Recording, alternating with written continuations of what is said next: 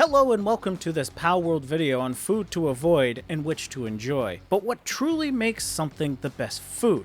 Is it the nutrition value? Sanity bonus? Personally, I say it's a combination of those two things, but I also like it if food has sustainability and availability. What's the point of a great stat on a food or a consumable if you can't get the ingredients for it? Few things to mention. Butchering is just more of a double dip into the PAL's drop. I did take this into consideration, but it still isn't that good because you still have to add into the equation the PAL sphere ingredients into the capture just to get doubles when you can just kill that PAL twice over. Next, I have experimented with the different foods with a base of 20 PALs that all have big hunger bars and faster drain. Lastly, I'll be leaving cake out of this list as this is not a food to consume but a resource needed for breeding. So let's get into the tiers list. First off, we have F tier. These two items are the ones to not even bother with. The reason being is other meals give better stats, since these two meals have to use high quality PAL oil, which is only something a really late game player can expend to use in a consumable. So this to me is a little too much. Even though both of them give stats, these are terrible items, don't even bother with them. And next we have D tier. These are foods that give good numbers, but ultimately are not the best in the long run, since it takes a personal approach to keep these foods supplied to the base. These are items that include going out and getting meat,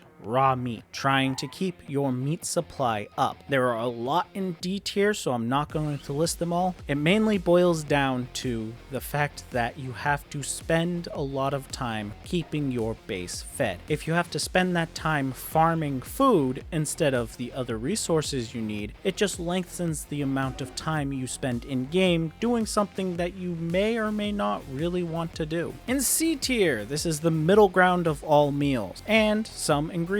These are items that can be farmed by a garden or gathered at a ranch, but are not good as a staple for a base. They give decent amount of stats, but not enough. This includes milk, eggs, wheat, lettuce, tomato, cotton candy, honey, bread, fried eggs, hot milk, pancakes, baked berries, and berry pizza. I know, that sounds really weird, but it's made with berries. In B rank, we have foods that are not the best as meals, same as C tier. The only difference is these meals give strong buffs to PALs and the player prior to a battle, so you keep these on your person for your exploration. The meals that go here in no specific order are omelets for a 10% attack, herb roasted lambel for a 10% defense, rush whore bacon and eggs for an attack of 10%, carbonara for a defense of 20%, rush whore hot dog for a defense of 20%, ecthadir stew for a defense of 20%, ecthadir loco moco for an attack bonus of 20%, and lastly the mozzarella cheeseburger for an attack bonus of 20% and feeling full a little longer. And lastly, we have the A rank items. These three items are the best for early, mid, and late game as food staples for your base. So to start off with your early game, we have berries. You can just make a lot of berries.